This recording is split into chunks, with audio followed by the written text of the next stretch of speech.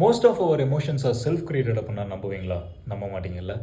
நம்முடைய சாப்பிட்ற சாப்பாட்டுக்கும் நம்முடைய எமோஷன்ஸ்க்கும் ஒரு தொடர்பு இருக்குது அப்படின்னா நம்புவீங்களா? நம்பித்தாங்க ஆகணும். சாப்பிட்ற சாப்பாடு மட்டும் கிடையாது. The amount of food, the amount of sleep, the amount of rest, what we are giving to the body அப்படிங்கிறது எல்லாமே ஒரு மேட்டர் தான். இதுக்கும் நம்முடைய எமோஷன்ஸ்க்கும் கண்டிப்பாக தொடர்பு இருக்குது. நெகட்டிவ் எமோஷன்ஸ், இந்த டிப்ரெஷன், இந்த க்ரீஃப், இந்த சேட் ஃபேஸஸ், இதுலேருந்து சில பேர் வெளியில் வரணும் அப்படின்னா அவங்க எடுத்து வைக்கிற ஃபஸ்ட்டு ஸ்டெப்பே என்னவா இருக்கும் அப்படின்னா ஏதாச்சும் ஒரு ஃபார்ம் ஆஃப் எக்ஸசைஸில் நுழைவாங்க. ஜிம்மிங் போவாங்க, யோகா பண்ணுவாங்க, சும்பா பண்ணுவாங்க, இந்த மாதிரி விஷயத்துலலாம் நுழைவாங்க. இதெல்லாம் பண்ணி முடிச்சதுக்கப்புறம் அவங்களோட ஃபீல் வேறு மாதிரி இருக்கும். வாரணமாயிரம் அப்படிங்கிற அந்த படத்தில் ஆக்டர் சூர்யா சார் ஒரு அழகான ஒரு ஸ்டேட்மெண்ட் சொல்லியிருந்திருப்பார்.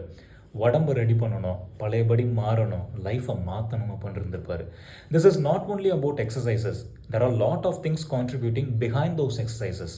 ஃபுட்டுங்கிற ஒரு விஷயம் இருக்குது, ஸ்லீப்புங்கிற ஒரு விஷயம் இருக்குது, ரெஸ்ட்டுங்கிற ஒரு விஷயம் இருக்குது. இது எல்லாமே மிகப்பெரிய ஒரு contribution factor to our emotions. இது எல்லாத்தையும் கரெக்டாக பேலன்ஸ்டாக நம்ம பண்ண பார்த்தீங்க அப்படின்னா நம்முடைய பாசிட்டிவ் எமோஷன்ஸ் அப்படிங்கிறது இன்க்ரீஸ் ஆகும் அப்படிங்கிறது ஒரு ஸ்டடியே இருக்குது. இது எல்லாத்தையும் தாண்டி நம்மளுடைய லைஃப் ஸ்டைல்லே மாறதுக்கு உண்டான மிகப்பெரிய ஆப்பர்ச்சுனிட்டி அந்த ஒரு விஷயத்தில் இருக்குது. So next time if something is bothering you on your mental wellness அப்படின்னா உடம்பை ரெடி பண்ணுங்கள்.